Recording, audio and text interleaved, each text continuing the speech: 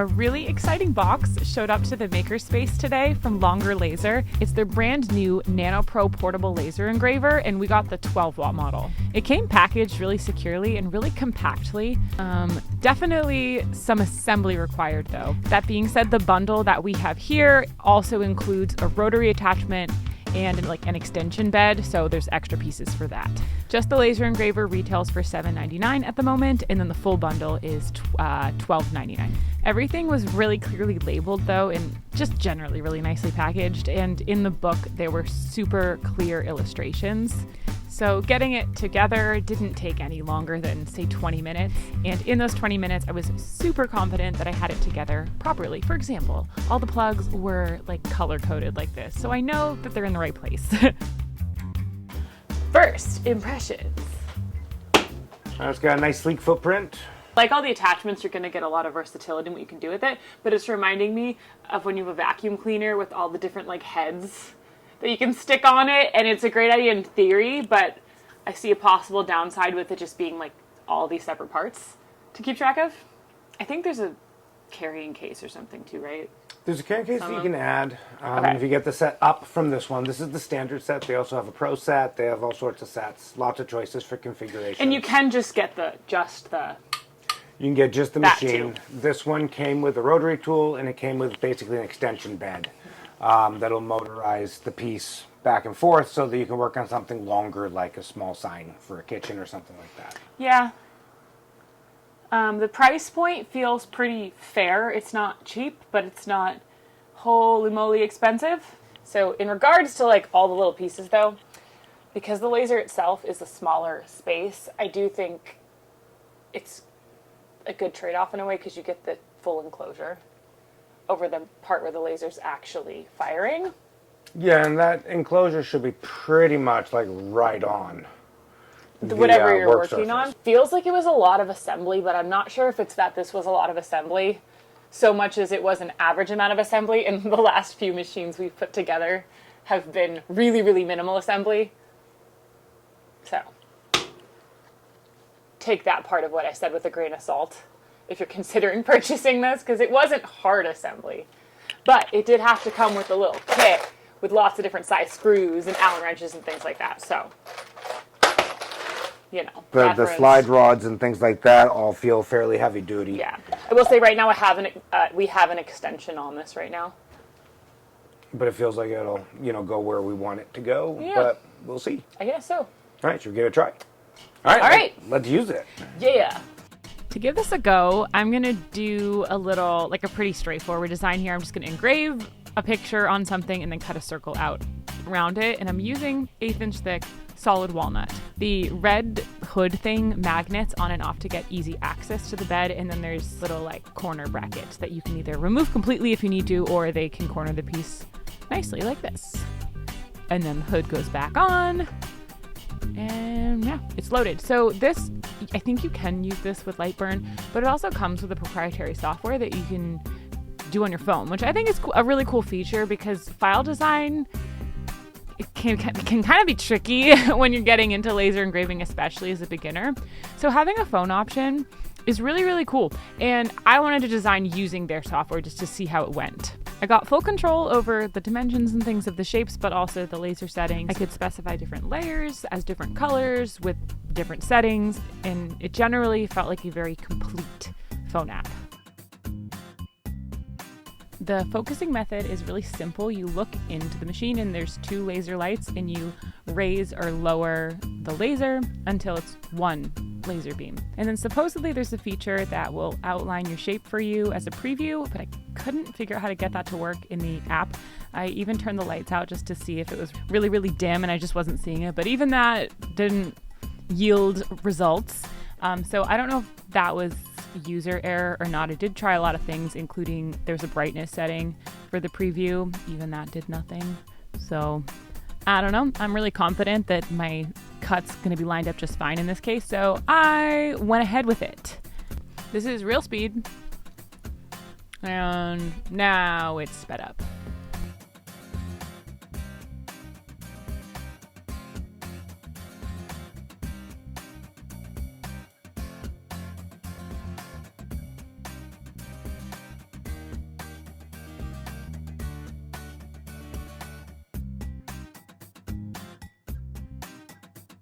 The cut didn't go through, and I can't really say I'm surprised by that, simply because it was my first try, so I don't have my settings down yet. But the engrave looks like really, really, really good for my first engrave ever, blind guessing the settings. Super crisp. I'm going to do another try on getting it to cut through, though, right now. I just went ahead and did 3 passes instead of 2 passes for the cut and kept everything else the same. So we're going to see how try number 2 goes.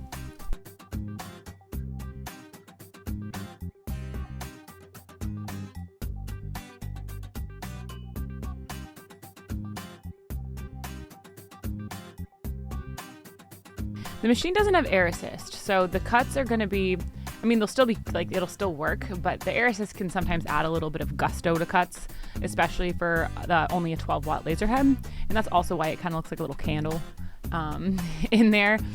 This section isn't sped up just to get a sense for the pace of this, and like I said, it's going to be 3 passes this time to see if we can get through it.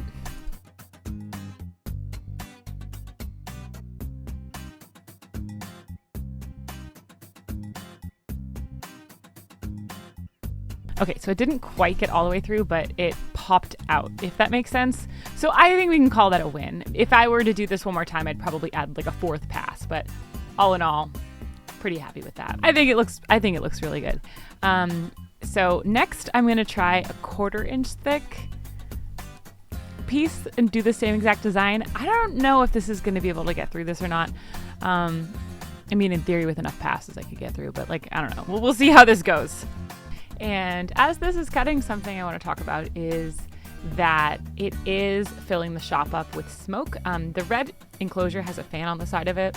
That's going to pull the air out from inside the red part, but it's not filtering it at all. So it's definitely not a substitute for ventilation. So I opened up the door and stood out of the way of it, but I did want to talk about how it does fill the space up with smoke when it's working, especially when cutting a relatively thicker piece like this one is.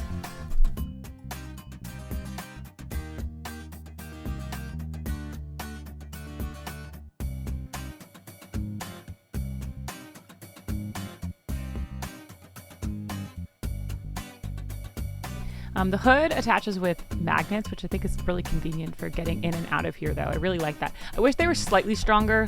Really minor note, but whatever. And yeah, it didn't get through. Womp womp. I wonder if I did a bunch more passes, like if it eventually would, but something to notice when there isn't that air assist is the level of like sootiness on those cuts. So, you know, there becomes trade-offs when you're needing to pass over the same spot so many times just to get it to go through. Final thoughts in the form of a pros and cons list. Do you want to start?